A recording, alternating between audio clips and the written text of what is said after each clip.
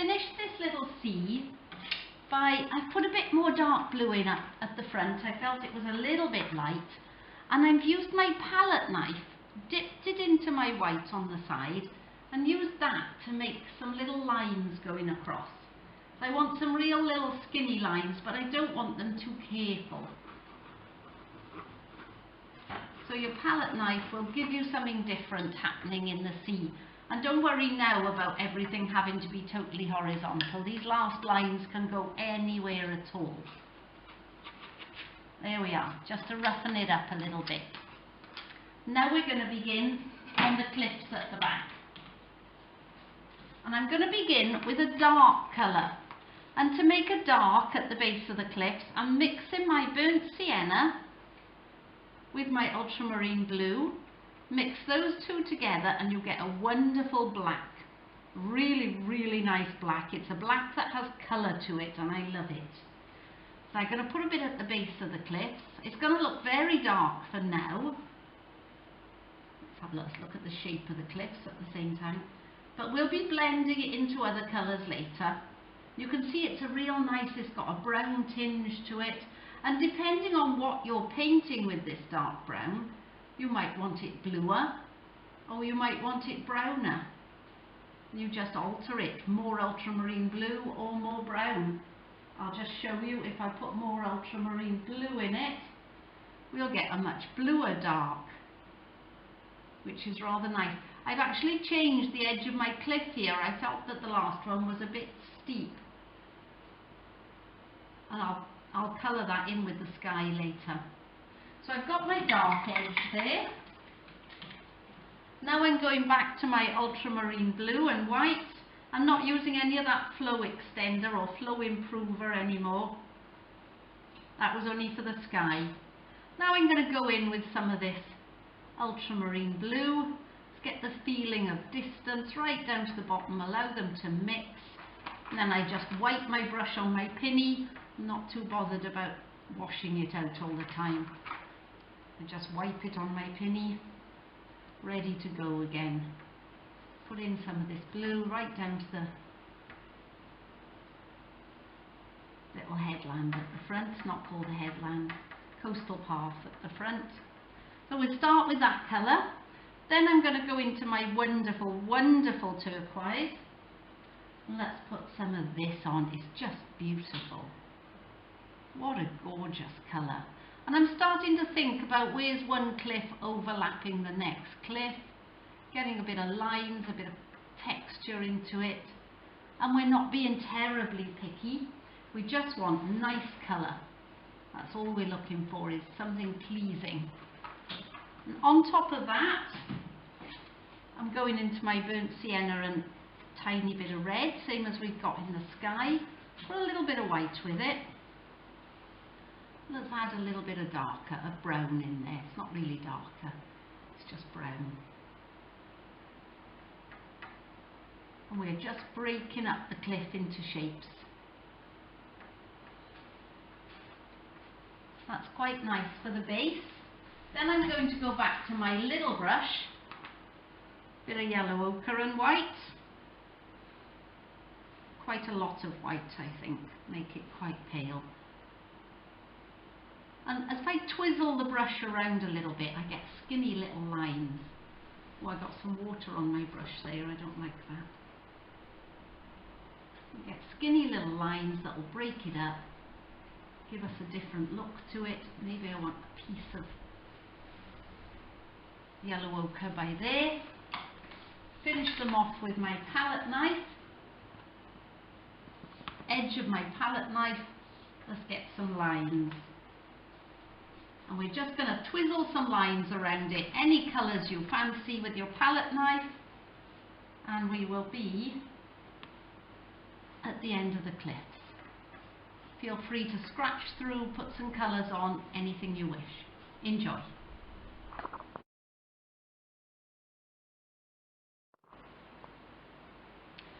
I've just gone over my headland a little bit. I wanted a little bit brighter turquoise. I wanted a little bit more of this yellow ochre and white showing. I've scraped through some marks and I've just painted in that bit of sky where I had drawn the headland a bit big.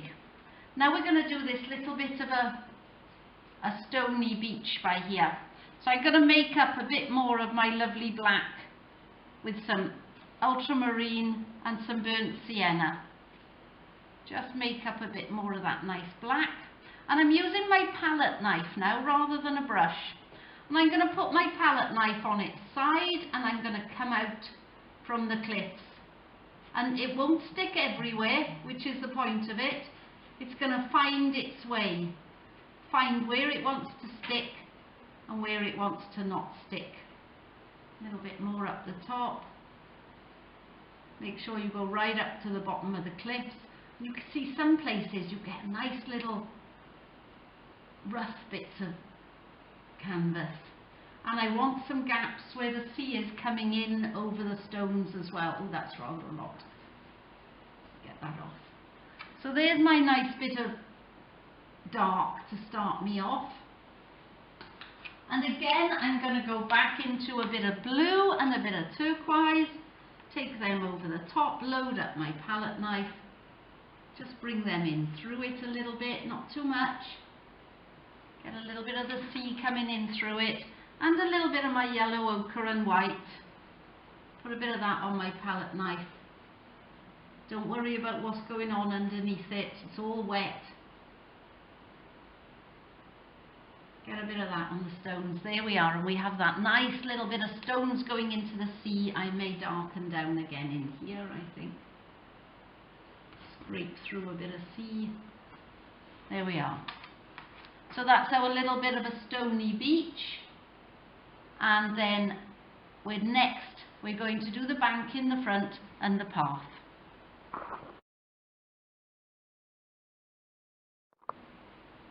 Off we go. Right, the front here, this we're going to build up in lots and lots and lots of layers.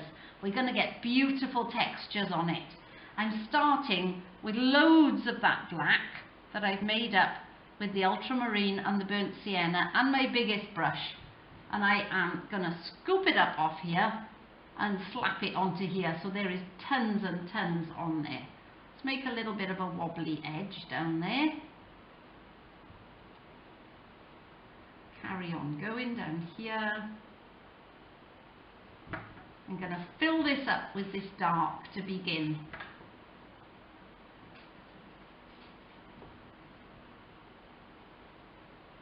I'm going to add into that some bits of turquoise. This is really, it's like 1/4 of an inch thick in some places. Let's add some of that burnt sienna on its own.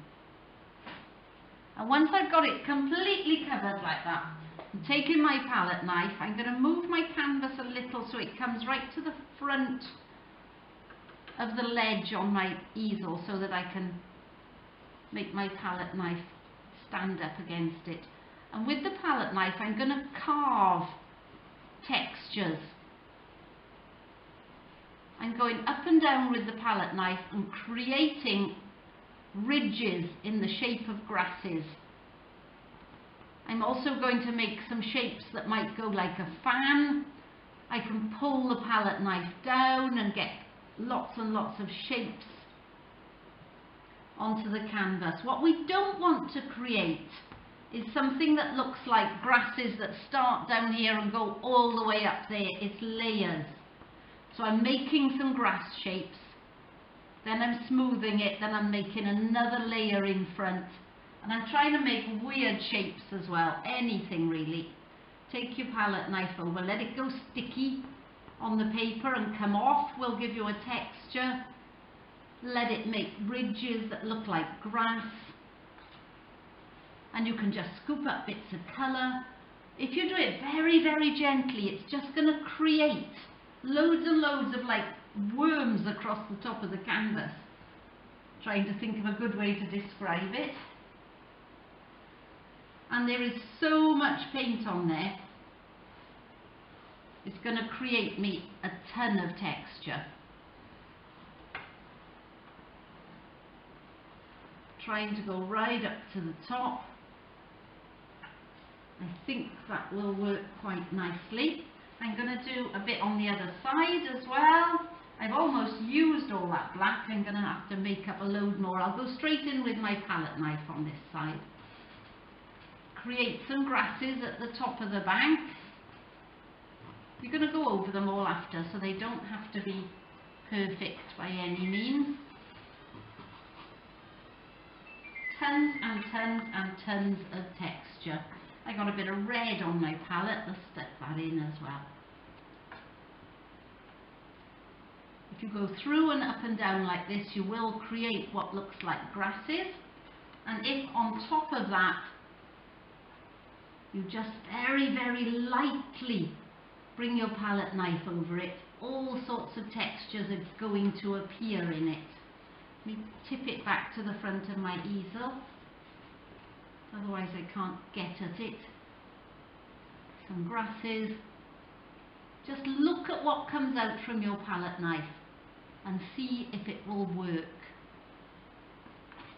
Nearly there. I'm going to put a bit of red on this side. All of this is going to get covered up. This is a base layer. And then with your brush, I want you to put on your pathway with horizontal smooth lines. A little bit at the top.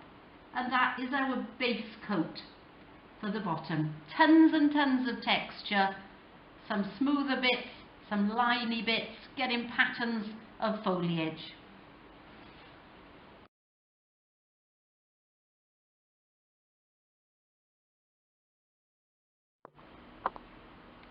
We've got our bottom layer on with all those textures. You may find that when it dries, it flattens out and you've got to go again. Keep putting texture on and allow some colours to glow through it. Keep going until you've got a really, really nice textured surface. Then I'm using my big brush. I've dried it on a piece of kitchen towel so it's completely dry. And I've introduced a little bit of sap green to my palette. And I'm going to put some yellow ochre and some sap green. But look how little is on my brush. And I'm brushing it off again. There's very, very little on there and the brush was dry. Now if you put your brush down and pick it up that way, so you're holding it like that, it's going to work better because we're going to use it flat against the paper. And I'm going to use it ever so gently, pick up the edges, and look how it sticks to those lines of texture. Now, as well as doing that, we have to think about where the grass grows. And it's in clumps. When I run out of that bit of paint, I'm going to turn it over. Can you see how the paint is just sticking to all the ridges?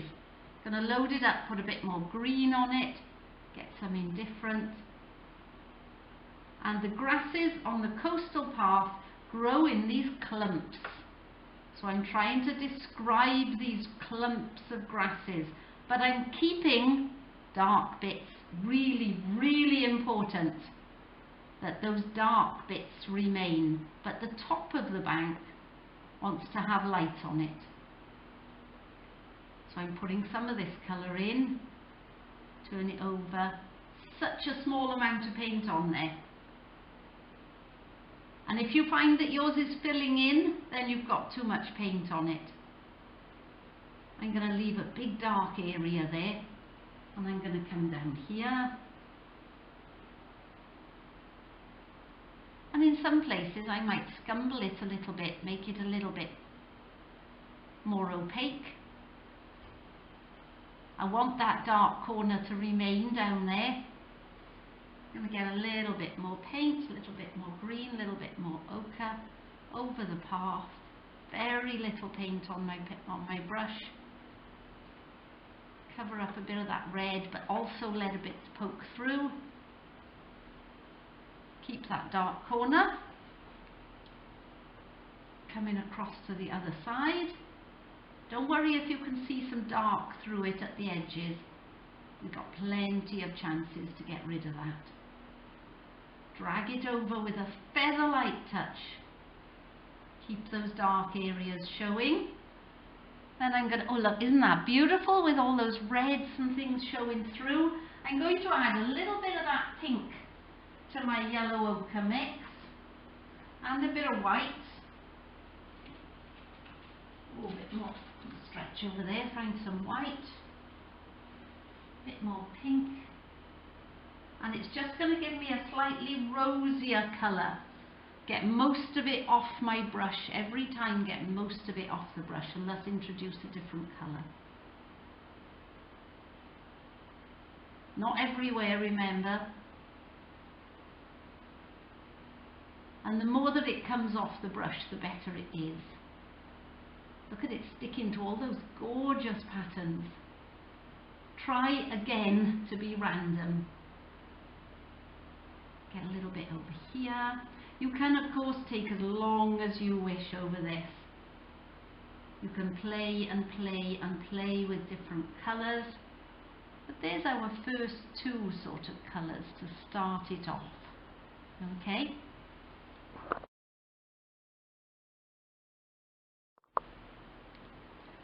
Let's liven this up a little bit at the front. I've got some of my beautiful turquoise. I have to angle it a little bit more, I'm afraid. Let's get some of this lovely turquoise in. Again, I'm trying to be really random here. Trying not to make anything obvious. Don't like that one, I'll take that out afterwards. We don't want too much of the turquoise. It wants to be a highlight rather than a huge bit of colouring. And I'm going to add a little bit of pink, because there's always pink in my pictures. I'm going to get some pink with a little bit of white with it on my brush, dry brush. And let's add a bit of, oh, that brush is too wet. That's okay, dry it off, go again. That's better. Add a little bit of pink through there. And a bit on this side.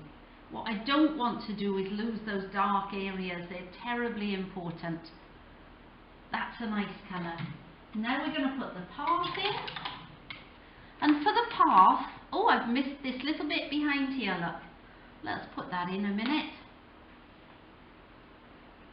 This is a lovely thing about acrylics. You just keep putting things in. For the path, just the same as we did the sea, because it's a flat surface, I'm going to do horizontal marks, and I'm just going to find my path back going around the corner and put some horizontals in my yellow ochre, and I'm going to do some in my turquoise in through it. It's just using the same colours again and again and again all through the picture.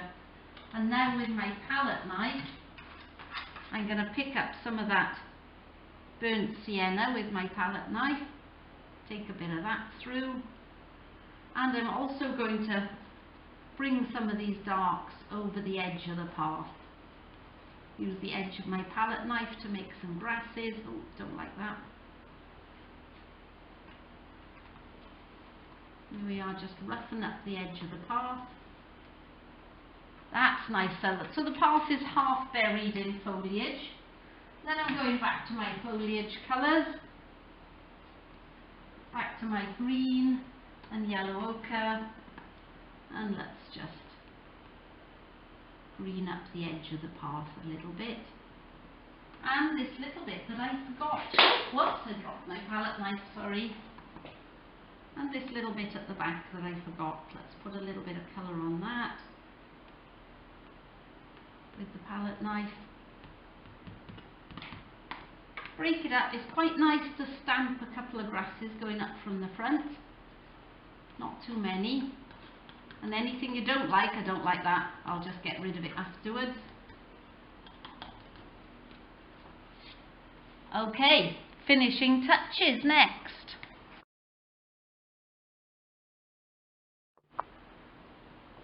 Now we're going to do finishing touches. I want a little bit of white through here, a little bit of frothy through there from the sea. I'm going to use my palette knife and some white paint and not putting too much on there. Just a little bit. I want to be a little bit controlling of where it goes. We'll get a little bit of white coming through the stones there, and just a little bit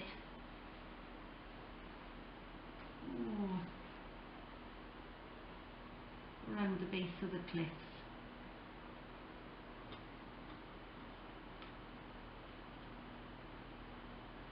There we are, a little bit of froth around there. I would like also to change the angle of my cliff. It's a little bit straight, I don't like it. So I'm just going to come in here, I'm going to paint a bit of the cliff out with a bit of white. Oh, that's dirty. That's me not cleaning my brush well enough. I'm going to paint it out with a bit of white and make a shape that I find more interesting. That's nicer. And then I'll simply take a bit of sky over it.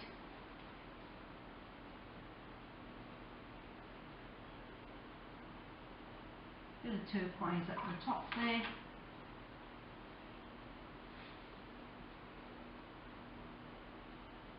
This is the lovely thing about acrylics. Squish it out. You can just keep going until you like it. That's a much nicer shape, I think. And to finish off down here, we're going to do a little bit of splattering. Now, as a rule, I do this with the picture flat on the table. So if you're going to do it, I should do it with the picture flat on the table. I'm going to try and do it on my easel for you to see. If I have total disaster, we just won't worry about it. There we are. And I'm splattering some flowers onto the front of the picture. Right, to do that, I used some white, a little bit of yellow ochre was in my brush, but it's quite a nice colour, and a lot of water. And you have to put the water on and then test it. And if it won't come off, you haven't got enough water. And if it leaves you a big lake, you've got too much water. And I would suggest that every time you splatter, you load your brush up and you do the first thing on a bit of scrap paper to make sure that you've got it right. And it's a very hard jerk of the paintbrush so that the paint will come off the end of it. I might do a little bit with some pink. Again, how can I not? I love pink. So, a bit of pink with my white and a lot of water. Practice on here. No, that's coming off in, oh, I don't know, quite like those lines. I think I might do that. A little bit of pink on there, a bit on that side, and we get some flowers in the foreground. And there we are, Seascape in acrylics. I hope you enjoyed it. I hope you will have a go. Thank you.